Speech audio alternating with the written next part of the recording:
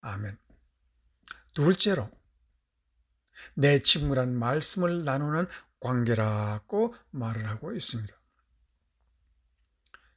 15절 후반에 너희를 친구로 하였느니 내가 아버지께 들은 것을 너에게 알게 하였음이니라 라는 아주 신비스러운 말씀이 여기에 있습니다.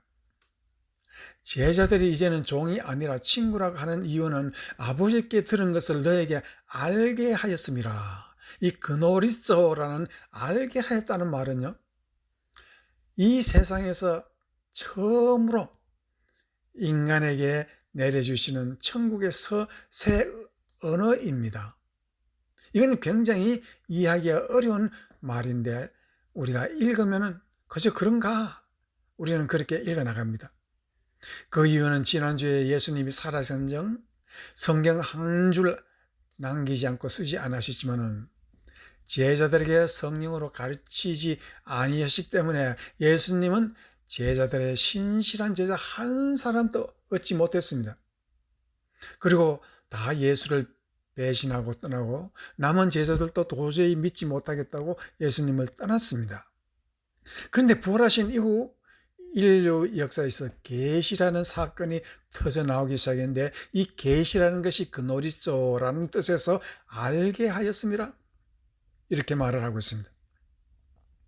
이 말은 현대 인신론 철학에서 말하는 같이 칸트는 지식이라는 것은 몸의 감각으로 세상 현상을 받아들이고 우리의 뇌에서 지식을 얻는 것이라고 말하고 있습니다. 그래서 보이지 않는 지식은 증거가 없는 것이라 하여 영적인 지식은 지식이 아니라고 성서의 지식을 정면으로 반대하고 있습니다. 인간의 지식은 머리로 오는 것도 있지만은 사람에게 영혼에 직접 오는 지식이 있다는 것을 그들은 모르고 있습니다. 지금 예수님은 이것을 계시라고 하시는데 이것은 하나님의 인간의 영을 깨우쳐서 알게 하신다는 그런 뜻이 되는 것입니다. 이 알게 한다는 뜻이 무엇입니까? 우리에게 내일을 알게 하시고 보이지 않는 축복의 비밀을 알게 하시고 우리의 모든 앞날이 하나님의 은혜 가운데 이루어진다는 것을 성령으로 알게 하신다는 뜻입니다.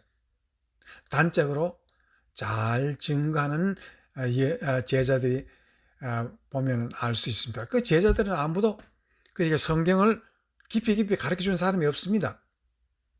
그런데 하나님의 말씀을 갑자기 깨달아서 지식 많다는 유대인들과 서기관들의 지식을 능가하는 말씀을 전하니 심지어 가말리엘이라는 이스라엘 학자여 지도자인 스승이 베드로의 이 말을 듣고 손을 들어주고 이 베드로의 가르침은 다 하나님의 진리라고 그들을 손대지 못하게 막았습니다. 뿐만 아니라 바울도 좋은 증거를 우리에게 말해서 하나님은 우리에게 알게 하시는 하나님이라는 것을 말하고 있습니다.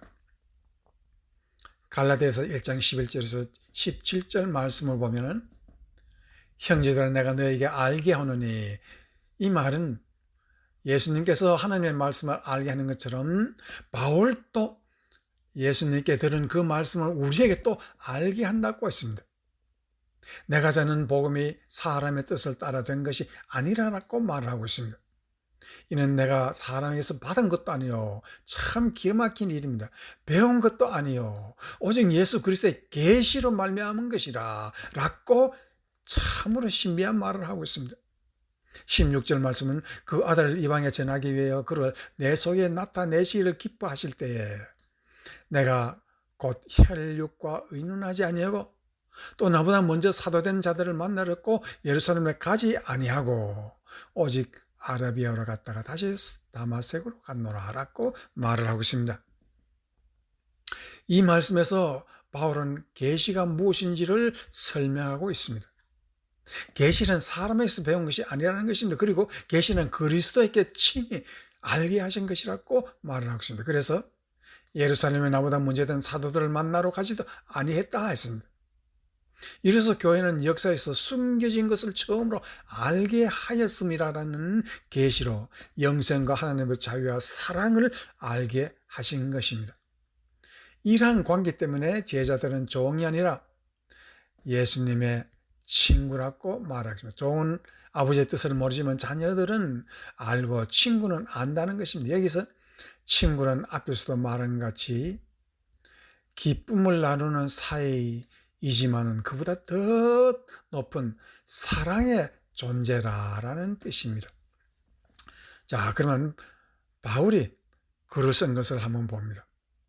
바울은 빌레몬서에서 빌레몬에게 오네시모라는 그 집의 종이 로마에서 바울을 만나 예수를 믿고 바울의 친구가 된 것입니다. 이 사람은 자기의 주인 집에서 도망쳐 나온 사람입니다. 그런데 그 집 노예를 본문에 보면 신복이라고 불렀습니다. 그 뜻은 바로 예수 그리스도의 창자 혹은 바울의 창자라는 뜻입니다. 그것도 3번 7절에서 신복이라는 뜻, 창자라는 말하고 12절에도 창자라는 말하고 20절에도 창자라고 말하고 3번이나 가슴에 찢어지는 마음으로 간절하게 부탁하는 것이 있습니다. 이 터질 듯한 마음으로 오네시모 한 영혼을 사랑하는 바울은 그 사랑이 어디서 나왔을까요? 그는 원래 성도 사랑하는 마음이 전혀 없었습니다. 성도들을 만나면 다 죽였으니까요. 이 사랑은 예수의 계시로 알게 한 것입니다. 사람에게서 배운 사랑이 절대 아니라는 것입니다. 어째 유대인들이 감히 비유대인인 이방인 노예를 이렇게 사랑할 수가 있겠습니까? 무엇을 보고 이 사랑을 배웠습니까? 바울은 이 사랑은 예수 그리스도의 계시라고 말하고 있습니다. 이제 이 사랑을 성령으로 친히 알게 했다는 것입니다. 역사의 순교자들이 자기의 피 한 방울이라도 이 땅에 뿌려서 예수의 사랑을 알게 하려는 마음은 도대체 어디에서 나오는 것입니까? 그리고 바울은 그 사랑의 출처를 로마에서도 간단하게 십자가의 계시로 배웠다고 말을 하고 있습니다. 빌립보서 3장 17절에서 18절 형제들아 너희는 함께 나를 본받으라. 또 우리로 본받을 것이 그대로 행하는 자들을 보이리라. 내가 여러 번 너에게 말하였거나 이제도 눈물을 흘리며 말하노니 여러 사람이 그리스도의 십자의 원수로 행하느니라. 여러 사람이 그리스도 십자가의 원수로 행하느니라 라고 말을 하고 있습니다. 십자가를 보고 바울은 인간의 가장 근본적인 무지와 죄와 슬픔과 절망과 죽음의 이유를 알게 되었다는 것입니다. 그것은 십자가는 인간의 모든 근심 걱정 다 해결하고 인간의 앞날과 무궁한 축복의 열쇠가 된다는 것을 우리에게 말하는 것입니다. 이 열쇠가 수천 년 비밀로 알려지지 않았던 것을 이제 계시로 알게 했다라는 그런 말씀입니다. 성경이라는 하나님의 말씀을 사람들은 배울수록 알 수가 없이 참으로 의심이 많이 쌓였습니다.